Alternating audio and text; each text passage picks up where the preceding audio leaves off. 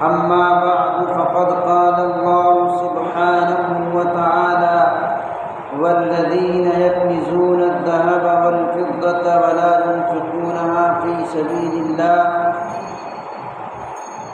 وقال النبي صلى الله عليه وسلم إن الزكاة تؤخذ من أغنيائهم وترد على فقرائهم أو كما قال عليه الصلاة والسلام۔ محترم اور معزز حاضرین گرامی،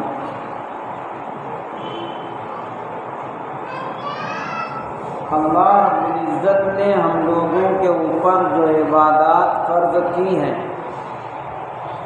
یہ تمام تر عبادتیں دو یا تین طرح کی ہیں۔ بعض عبادتیں تو ایسی ہیں جن کا تعلق انسان کے بدن سے ہے، جس کو عبادات بدنیہ کہا جاتا ہے، جیسے ہم لوگ نماز پڑھتے ہیں، روزہ رکھتے ہیں۔ ان عبادتوں کا تعلق انسان کے اپنے جسم سے ہے، اس لیے ان عبادات کے لیے مالی حیثیت شرط نہیں ہے۔ آدمی مالدار ہو چاہے نہ ہو، بہرحال اس پر نماز اور روزہ فرض ہے۔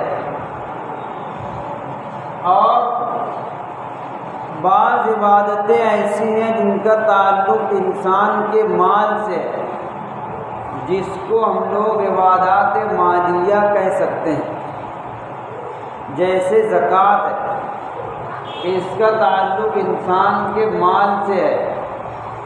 اور ایک عبادت ایسی ہے جس کا تعلق انسان کے بدن سے بھی ہے اور مال سے بھی ہے، جیسے حج، تو اس میں مال بھی درکار ہوتا ہے اور انسان اپنے بدن سے بھی وہاں پر اعمال کرتا ہے۔ زکوٰۃ یہ عبادات مالیہ کے قبیل سے ہے۔ جس طرح سے نماز فرض ہے، روزہ فرض ہے، ایسے ہی زکوٰۃ بھی اسلام کے اہم ارکان میں سے ایک رکن ہے۔ لیکن زکوٰۃ ایک ایسا فریضہ ہے جو ہر بندے کے ساتھ متعلق نہیں ہوتا۔ شریعت مطہرہ نے مال کی ایک مقدار متعین کی ہے، اتنا مال جس کے پاس ہو جائے اس پر زکوٰۃ فرض ہوگی، اور اگر اس سے کم مال کسی کے پاس ہو تو اس پر زکوٰۃ فرض نہیں ہوگی۔ زکوٰۃ کی فرضیت کے مقاصد میں سے بنیادی مقصد یہ ہے کہ انسان اپنی خوشی میں دوسروں کو شریک کرے، انسانی ہمدردی لوگوں کے اندر آئے، اور جس طرح انسان اپنی ضروریات زندگی کو پورا کرتا ہے، ایسے ہی اس کے مال سے دوسروں کی ضروریات بھی پوری ہوں۔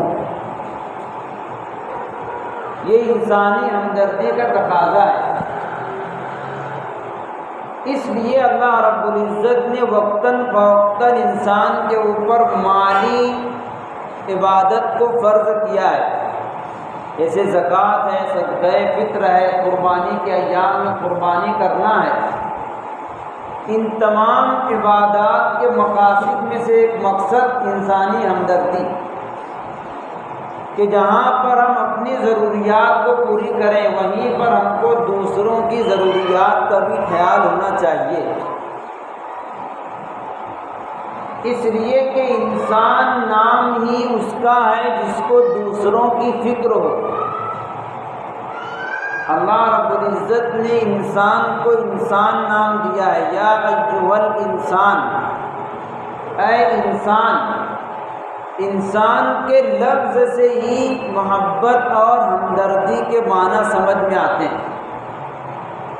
انسان بنا ہے انس سے، انس کے معنی ہمدردی، محبت، آپسی محبت۔ انسان نام ہی اس چیز کا ہے جس کے اندر دوسروں کی محبت اور دوسروں کی ہمدردی ہو۔ اس لیے کہ انسان کبھی تنہا زندگی بسر نہیں کرتا.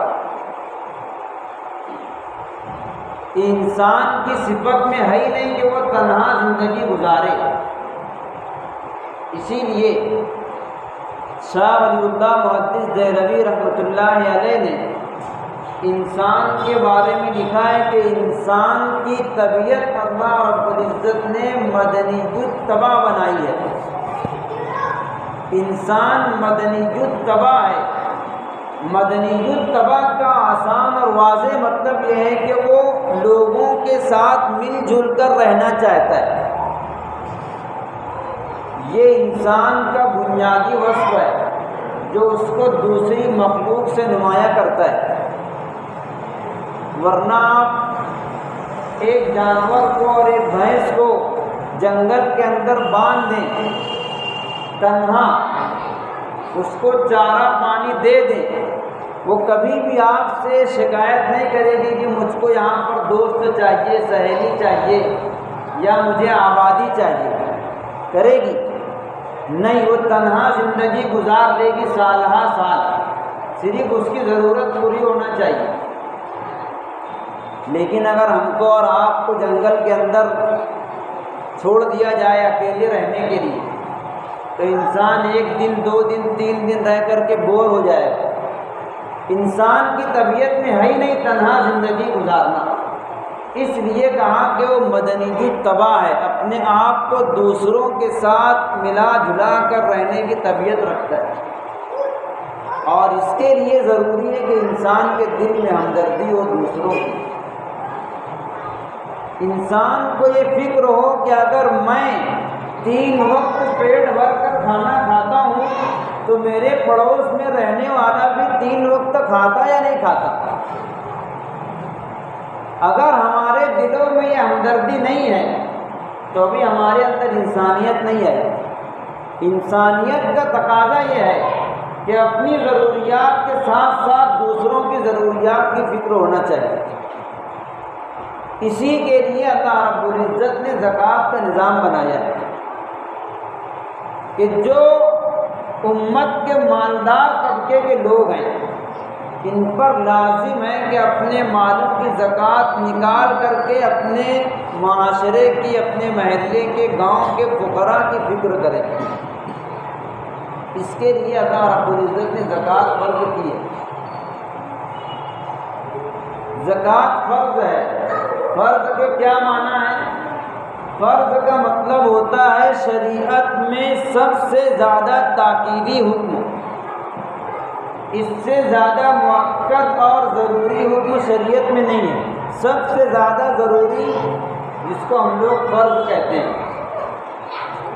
فرض ایک ایسی چیز ہے، ایسا حکم ہے کہ اگر جان بوجھ کر اس کو کوئی شخص ترک کرتا ہے، چھوڑتا ہے تو وہ شریعت میں فاسق اور فاجر لکھا جاتا ہے. ایسا شخص فاسق ہے جو فرض کو چھوڑ دے، اور اگر کوئی اس کا انکار کر دیتا ہے تو وہ کافر ہو جائے گا. اس کو کہتے ہیں شریعت میں فرض. زکوٰۃ بھی انہی فرائض میں سے ایک فریضہ ہے جو اللہ رب العزت نے فرض کیا ہے.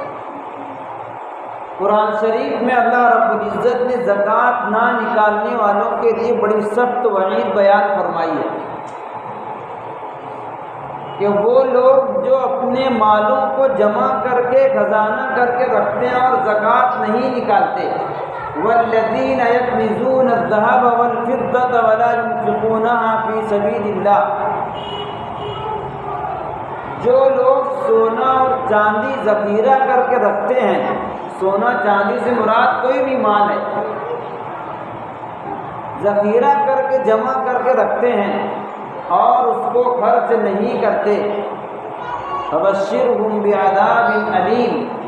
اے نبی آپ ان کو دردناک عذاب کی بشارت دے دیجئے، دردناک عذاب کی خوشخبری سنا دیجئے ان لوگوں کے لیے جو اپنے مالوں کو جمع کر کے رکھتے ہیں، اللہ کے راستے میں خرچ نہیں کرتے. وہ دردناک عذاب کیا ہے؟ اگلی آیت میں اسی کی تشریح کی گئی ہے. یوم یحمى علیہا فی نار جہنم فتقوی بہا جباہہم وجنوبہم وظہورہم، کہ جس دن ان کے مالوں کو آگ کی شکل دے دی جائے گی، یوم یحمى علیہا فی نار جہنم، یہی اموال ان کو آگ بنا دیا جائے گا اور آگ کی شکل دے کر کے فتقوی بہا جباہہم وجنوبہم وظہورہم، ان کے سروں میں، ان کے پیشانیوں میں، ان کے پیٹھ پر، ان کے پہلو پر، بدن میں اس سے داغا جائے گا۔ یہی مال جس کو ہم لوگ جمع کر کے رکھتے ہیں، زکوٰۃ ادا نہیں کرتے، اس کا حق ادا نہیں کرتے، یہ قیامت کے دن آگ کی شکل میں بنا کر کے اس کے ذریعے سے ہم کو داغا جائے گا، اور پھر کہا بھی جائے گا ھذا ما کنزتم، یہ وہ خزانہ ہے جس کو تم جمع کر کے رکھتے تھے، ھذا ما کنزتم لانفسکم فذوقوا ما کنتم تکنزون، چکھو اس کا مزہ جو تم جمع کر کے رکھا کرتے تھے۔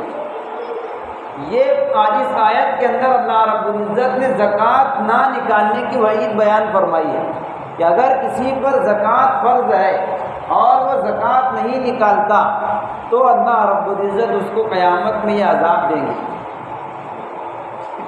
اس لیے جن لوگوں کے اوپر زکوٰۃ فرض ہے، اپنے آپ پر ضروری اور فرض سمجھ کر کے زکوٰۃ کی ادائیگی کرنا چاہیے۔ تو زکوٰۃ نہ نکالنے پر اتنی سخت وعید اللہ رب العزت نے کیوں بیان فرمائی، یہ بھی ہم کو سمجھنا چاہیے۔ یہ جو ہمارے ہاتھوں میں مال ہے، جس کو ہم لوگ اپنا مال کہتے ہیں، ہم تھوڑی دیر کے لیے غور کریں مال ہمارا ہے بھی یا نہیں، حقیقت میں مال کس کا ہے، اس کا حقیقی مالک کون ہے؟ یہ تجارت ہم لوگ کرتے ہیں، زراعت کرتے ہیں، کاشتکاری کرتے ہیں، مزدوری کرتے ہیں، یہ سب نظام کس کا بنایا ہوا ہے؟ ہم نے کوئی کانفرنس کی تھی کہ فلاں آدمی کرانہ دکان لگائے، فلاں آدمی کھیتی کرے، فلاں آدمی کارخانہ کھولے، لوگوں نے ایسی کوئی جماعت بلا کر کوئی میٹنگ کی تھی؟ نہیں، یہ اللہ رب العزت کا بنایا ہوا نظام ہے کہ اس نے لوگوں کو اس طرح سے الگ الگ طبقات میں منقسم کر دیا ہے، خود بخود لوگ اپنے اعتبار سے کر رہے ہیں، اور ایک کو دوسرے کا محتاج بنا دیا ہے، ایک کے پیچھے دوسرے کی ضرورت لگا دی ہے۔ اس طرح سے اللہ رب العزت تمام لوگوں کی ضرورتوں کو پورا کر رہے ہیں، اور ہمارے ہاتھ میں اس کے ذریعے سے مال آ رہا ہے۔ تو ہم کو مال دینے والا کون؟ ہم کو مال کہاں سے مل رہا ہے؟ یہ اللہ رب العزت کی دین ہے، اللہ رب العزت کا عطیہ ہے، اور پھر اس مال کو بھی اللہ رب العزت نے خرید لیا ہے۔ ان اللہ اشتری من المؤمنین انفسهم واموالهم بان لهم الجنہ، اللہ رب العزت نے مومنوں کی جان اور مال کو جنت کے بدلے میں خرید لیا ہے۔ ہم کوئی چیز خریدتے ہیں تو اس کے مالک ہم بن جاتے ہیں، جب ہمارا جان اور مال اللہ رب العزت نے خرید لیا تو اس کا مالک کون ہے؟ اس کا مالک بھی اللہ تعالیٰ ہے۔ جب ہماری جان اور مال کا حقیقی مالک اللہ رب العزت ہے، تو اگر اللہ رب العزت ہم سے یہ بھی کہتے کہ 2.5% تم اپنے پاس رکھو اور 97.5% اللہ کے راستے میں خرچ کرو، تو بھی انصاف کے خلاف نہیں ہوتا۔ مال دیا ہوا اس کا ہے، مال کا مالک وہ ہے، اگر ہم سے پورا بھی خرچ کرنے کے لیے کہتا تو انصاف کے خلاف نہیں تھا، لیکن یہ اس کا احسان ہے، اس کا کرم ہے کہ اس نے ہم سے کہا کہ 97.5% اپنی ضروریات کے لیے رکھو اور 2.5% اللہ کے راستے میں خرچ کرو۔ اب آپ بتلائیے کہ بہت زیادہ اللہ رب العزت نے مطالبہ کیا ہے، سب کچھ اس کا ہے، اس کے باوجود بھی اس نے یہ سمجھ کر اللہ رب العزت نے کہ انسان ضروریات کے اندر بندھا ہوا ہے، اس کو زندگی بھی گزارنا ہے، اور زندگی گزارنے کے لیے مال بنیادی چیز ہے، اس لیے صرف 2.5% زکوٰۃ فرض کی ہے۔ جتنا بھی مال تمہارے پاس ہے، 40 روپیے میں 1 روپیہ، 100 روپیے میں 2.5 روپیہ کوئی معنی نہیں رکھتا ہے، یہ تم کو اللہ کے راستے میں خرچ کرنا ہے، یہ تمہارے اوپر فرض کیا گیا۔ لیکن آج امت کا آدھے سے زیادہ طبقہ اس کی ادائیگی سے بھی کوتاہ ہے۔ ہر شخص خود اپنے بارے میں غور کرے اور محاسبہ کرے، میں نے اپنے مالوں کی کتنی زکوٰۃ نکالی ہے۔ بعض لوگ تو زکوٰۃ نکالتے ہی نہیں، اور بعض لوگ وہ ہیں ایک بڑا طبقہ جو زکوٰۃ نکالتا ہے لیکن حساب کر کے نہیں نکالتا کہ میرے اوپر کتنی زکوٰۃ فرض ہے، کتنی نکالنا چاہیے، اندازے سے جتنا چاہتے ہیں نکالتے ہیں۔ بہت بڑا طبقہ اس کے اندر مبتلا ہے کہ زکوٰۃ حساب کر کے نہیں نکالتے۔ زکوٰۃ حساب کر کے جتنی فرض ہے اتنی نکالنا ضروری ہے۔ کہ زکوٰۃ کس پر فرض ہے؟ کون شریعت میں صاحب نصاب ہے؟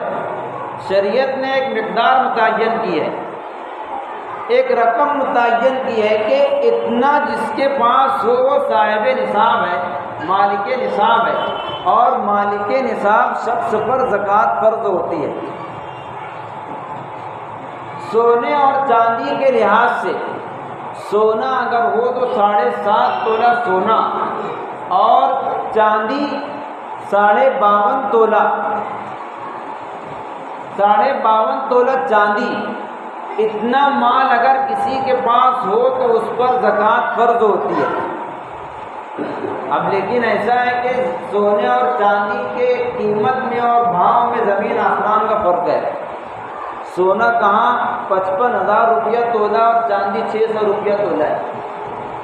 ایسے موقع پر فقہائے کرام یہ بیان کرتے ہیں کہ ایسی چیز کا نصاب پکڑا جائے گا جو فقراء کے لیے نفع بخش ہو، اور فقراء کے لیے نفع بخش چاندی کا نصاب پکڑنے میں ہے، یعنی ایسا نصاب جس سے زکوٰۃ جلد فرض ہو جائے اور فقراء تک مال پہنچے۔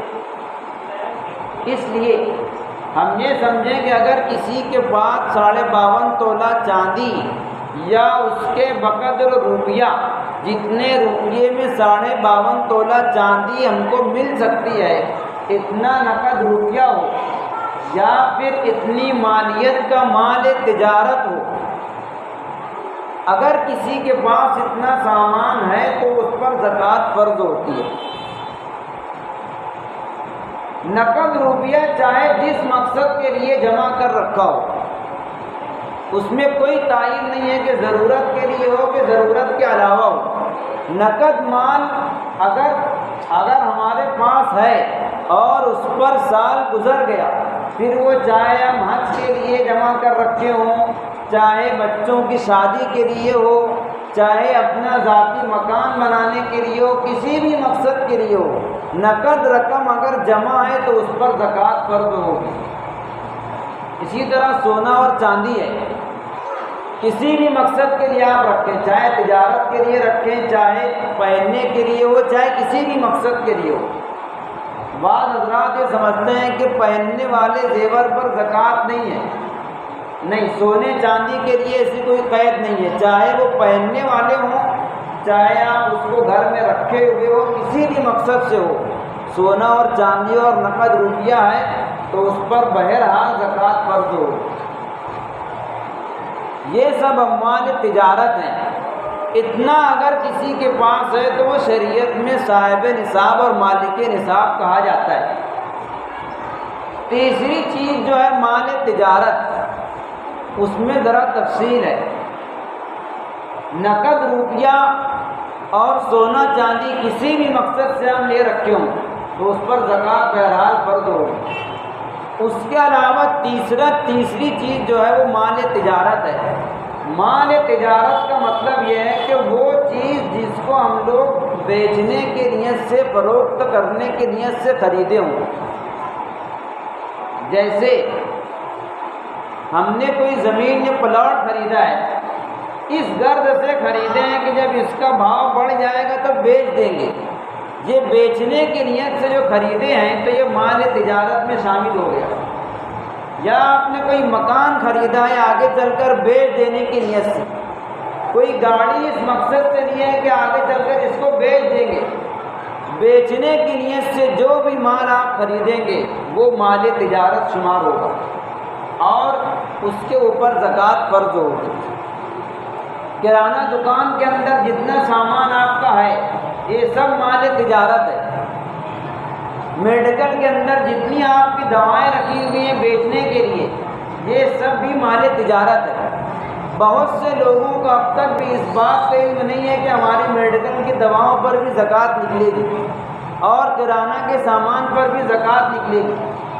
بیچنے کے لیے جو بھی سامان ہمارے پاس رہے گا، کپڑا ہو، چاہے کرانہ کا سامان ہو، چاہے دوائیاں ہوں، چاہے اور کوئی سامان ہو، بیچنے کی غرض سے ہمارے پاس ہے تو وہ مال تجارت ہے، اس کی زکوٰۃ بھی فرض ہوتی ہے۔ زکوٰۃ کے فرض ہونے کے لیے، ادائیگی کے فرض ہونے کے لیے ایک چیز ہم لوگ سنتے ہیں کہ مال پر سال گزرنا چاہیے۔ جب ہمارے مال پر 1 سال گزرے گا تب زکوٰۃ فرض ہوگی۔ لیکن کیا ہر مال پر سال کا گزرنا ضروری ہے؟ اگر ہم یہ سمجھیں گے کہ ہر مال پر سال گزرنا ضروری ہے تو ہم لوگ حساب ہی نہیں کر پائیں گے۔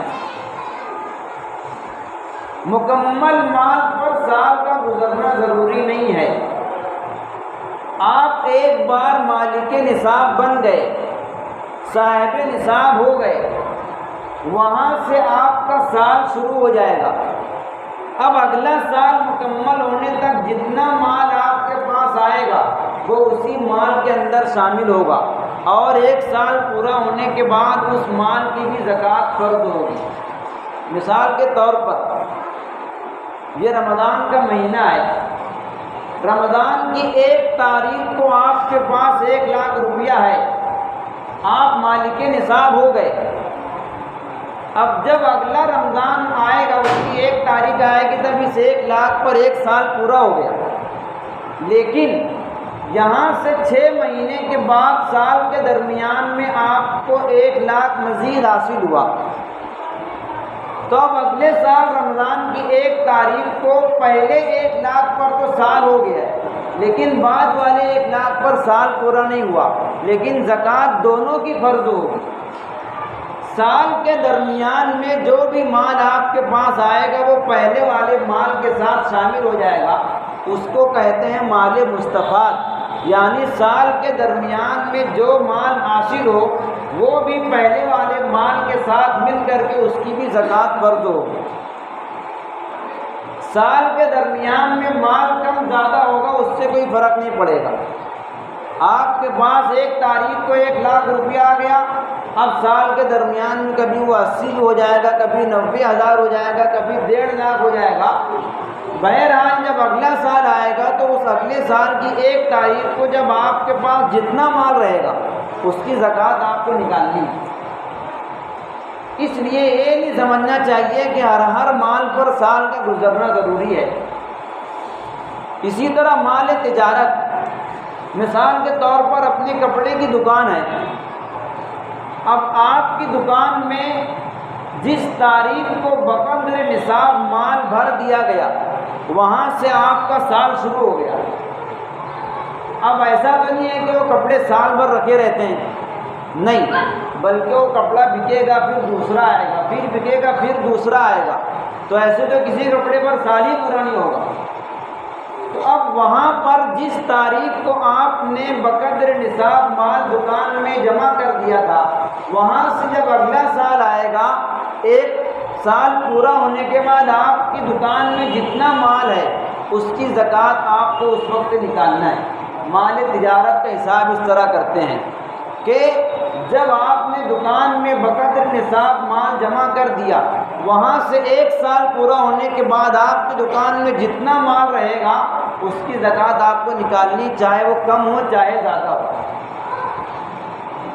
مال تجارت میں اتنی گنجائش فقہاء نے بیان کی ہے کہ اگر کبھی ایسا ہو کہ آپ نے دکان میں بہت زیادہ اسٹاک جمع کر لیا ہے مال کا، اب اس کے 3 الگ الگ بھاؤ ہوتے ہیں، ایک ریٹیل بھاؤ ہوتا ہے، ایک ہول سیل ہوتا ہے، اور ایک اگر آپ پورا اسٹاک اکٹھا فروخت کر دیں تو اس کا الگ بھاؤ ہوتا ہے۔ تو اگر آپ نے بہت دنوں کے لیے اپنی دکان کے اندر اپنی کمپنی میں مال جمع کر دیا ہو، اسٹاک کر دیا ہو، تو پورا اسٹاک آپ ایک ساتھ فروخت کریں تو جس ریٹ میں بکے گا وہ قیمت آپ پکڑ کے اس کی زکوٰۃ ادا کر سکتے ہیں۔ اچھا، مال تجارت کی زکوٰۃ جس وقت آپ زکوٰۃ ادا کریں گے اس وقت کی قیمت کے حساب سے زکوٰۃ نکلے گی۔ 10 سال پہلے ہم نے کوئی زمین خریدی تھی 1 لاکھ روپے کی، ابھی زکوٰۃ نکال رہا ہے جب اس کی قیمت 10 لاکھ روپیہ ہے، تو آپ خریدنے کے وقت کی قیمت نہیں دیکھیں گے، بلکہ جس وقت آپ زکوٰۃ ادا کر رہے ہیں اس وقت اس کی جو قیمت ہوگی اس کے حساب سے زکوٰۃ نکالنا پڑے گی۔ یہ مال تجارت کی زکوٰۃ کا طریقہ ہے۔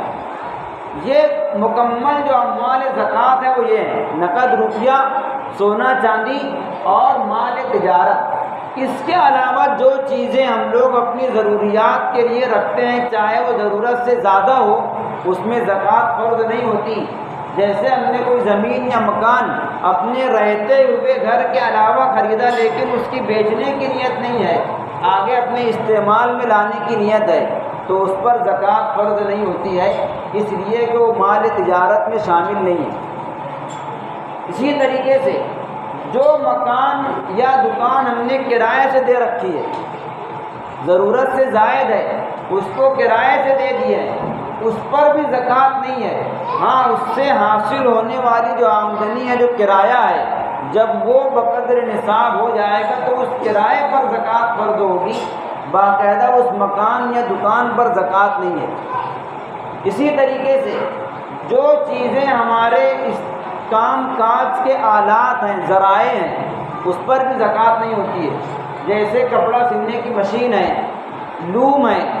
اسی طریقے سے ہم لوگ گاڑی چلا کر کے اس سے گاڑی سے حمالی وغیرہ کر کے اس سے آمدنی حاصل کرتے ہیں، تو یہ ذریعہ معاش جس کو کہیں گے، آلات، اس پر زکوٰۃ فرض نہیں ہوتی، بلکہ اس سے حاصل ہونے والی جو آمدنی ہوگی جب وہ بقدر نصاب ہوگی تو اس پر زکوٰۃ فرض ہوگی۔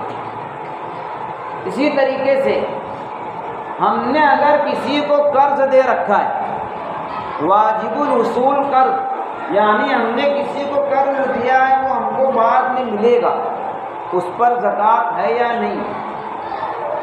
اس پر فی الحال زکوٰۃ واجب نہیں ہوتی۔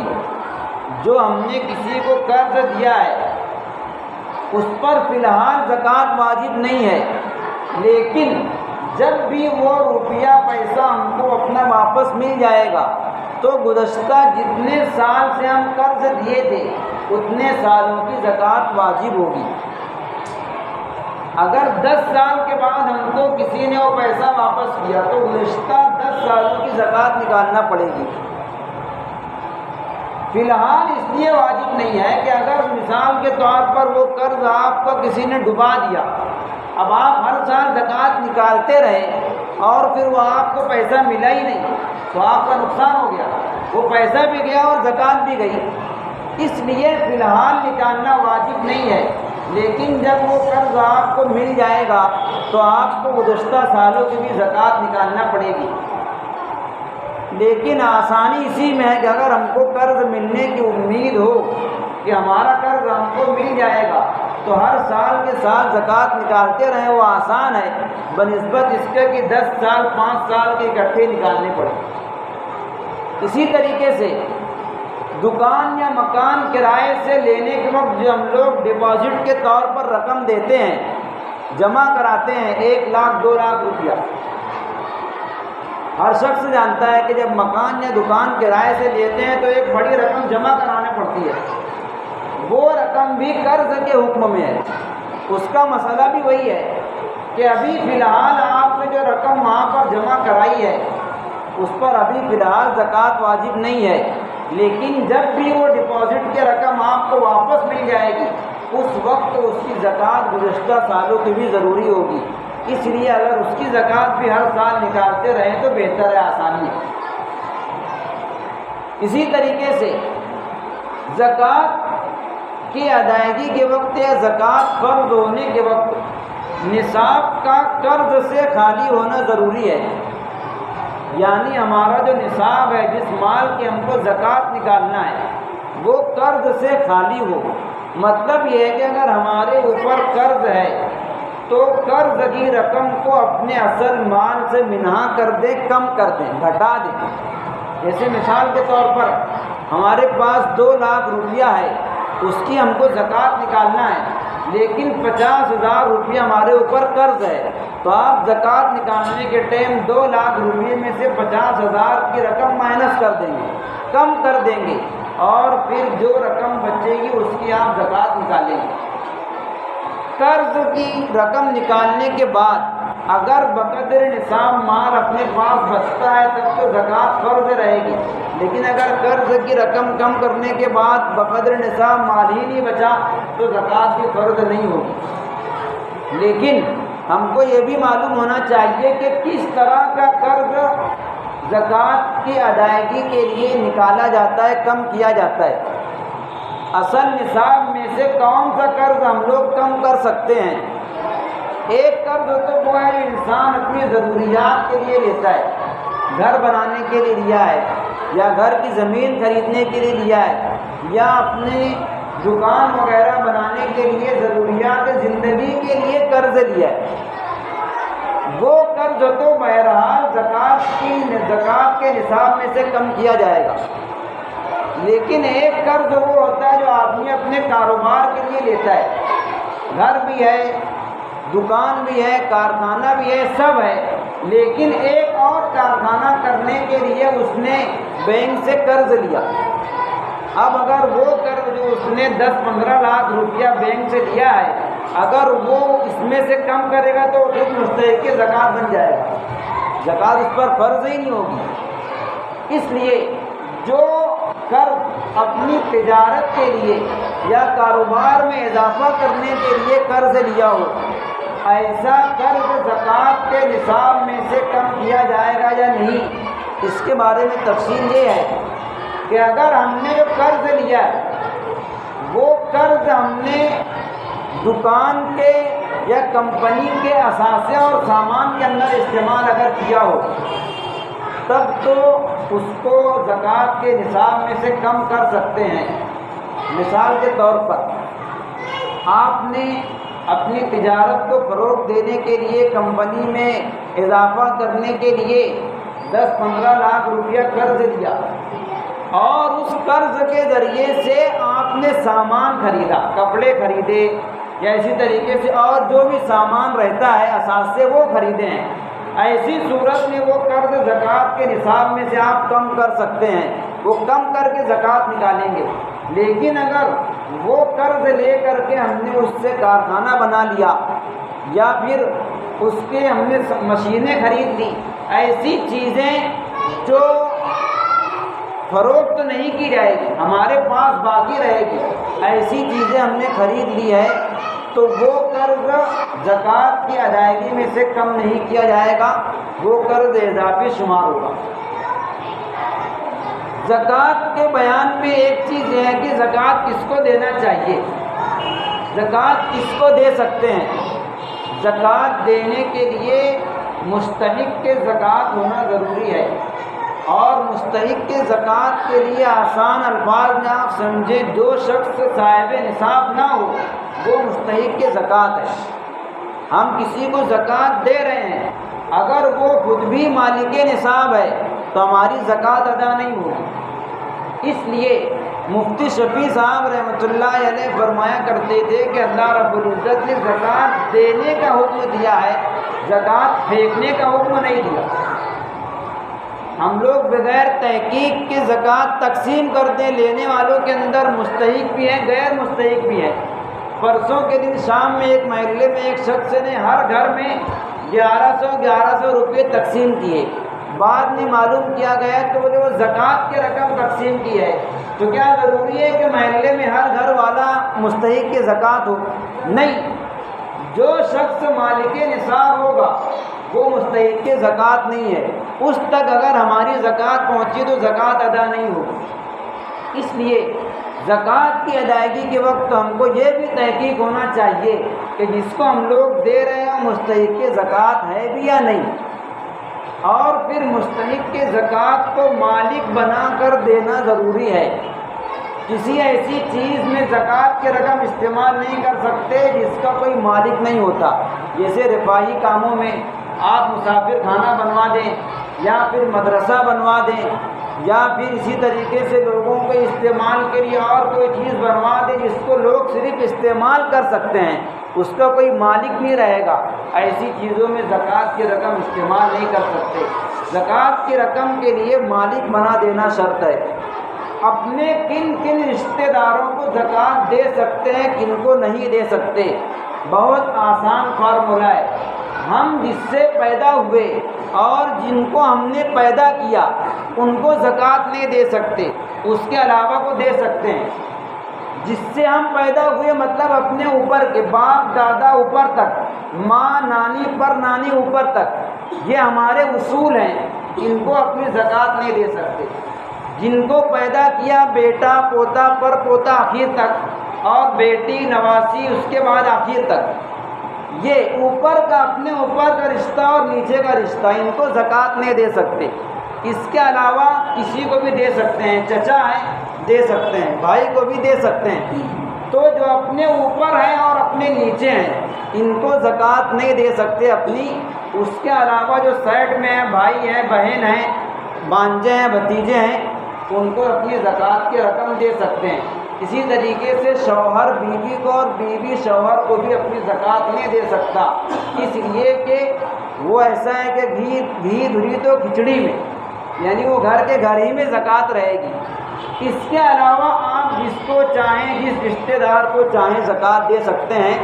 زکوٰۃ کی ادائیگی کے لیے ایک دم آسان طریقہ ہے، آپ کے پاس جتنا مال ہو آپ اس کو اکٹھا کریں، جتنا بھی آپ کے پاس ہو، آپ کے پاس نقد رقم ہے اس کو بھی آپ جمع کریں، زمین ہے تجارت کے لیے اس کی رقم جمع کریں، اسی طریقے سے زیورات ہیں، سب کی قیمت کو آپ اکٹھا کر لیے۔ مثال کے طور پر وہ ہو گئی 2 لاکھ روپے کی رقم، اب آپ اس کو جمع کر کے 40 میں تقسیم کر دیں۔